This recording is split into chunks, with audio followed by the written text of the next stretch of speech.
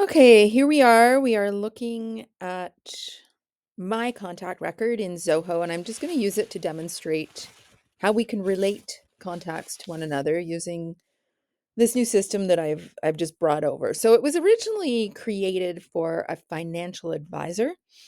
Actually, it might have been someone in insurance that I originally created it for.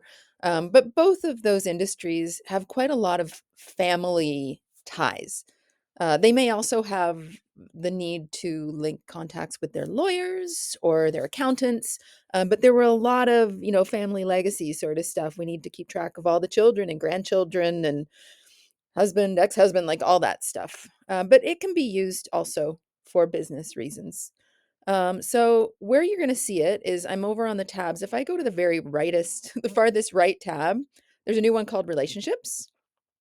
And it's actually more complicated than I remembered it being, but the complication's in the back end.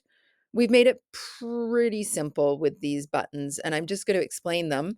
Um, for the most part, I'm assuming contacts will be in Zoho, in which case you're going to be linking them. So you might be linking a spouse or linking some other type of a relationship. But just like in ACT, we can have secondary contacts. If you just want to keep track of who someone is and you don't want to give them their own contact record, you can add a spouse that's not in Zoho. You can add a relation that's not in Zoho. Um, and that one's pretty straightforward. But let's start out with linking spouse. So at this point, it needs me to choose a contact record. I've entered Tom in there. I'm going to click on save.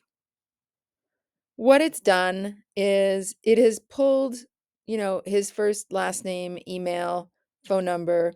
It's pulled it from his contact record and it's inserted it on this list. And then if I open him up in a different tab and then go over to his relationships, you can see that it's also got me linked now. Like we are related. That's the first time, or the first kind, sorry. I might also want to link a relation. So, maybe a work colleague, or maybe I want to put my assistant in there.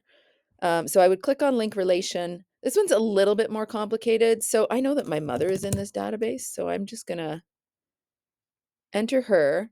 Relationship type. Who is she? She is, I just put parent on this list. And then what is Amber Gilly's role in the relationship? If she's the parent, I'm the child. And then I'm going to click on save. So now we can see here, Sharon is on my list. And if I go over to her contact record, I'm going to see that I'm indicated on her list as a child. So, we're mimicking the ACT relationship and the secondary contact. Let me just go back over here. If I wanted to link another contact, I'm not seeing it. I just need to click on reset.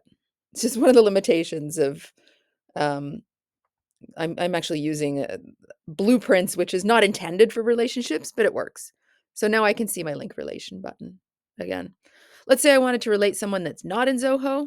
That one's a little more straightforward. What's their full name? Mr. Lawyer. Relationship type. Actually, I don't think lawyer is on here. Let's just say he is a colleague. That is going to appear here in a sec. Hang on. Just do a little refresh. There's Mr. Lawyer. Now, there's nothing in the linked contact field because there's no linked contact, but we can see his name is Mr. Lawyer. He's a colleague. If I want to enter more information for him, I can do that now by clicking on the ... edit, and it gives me all of my fields that I can enter more info in.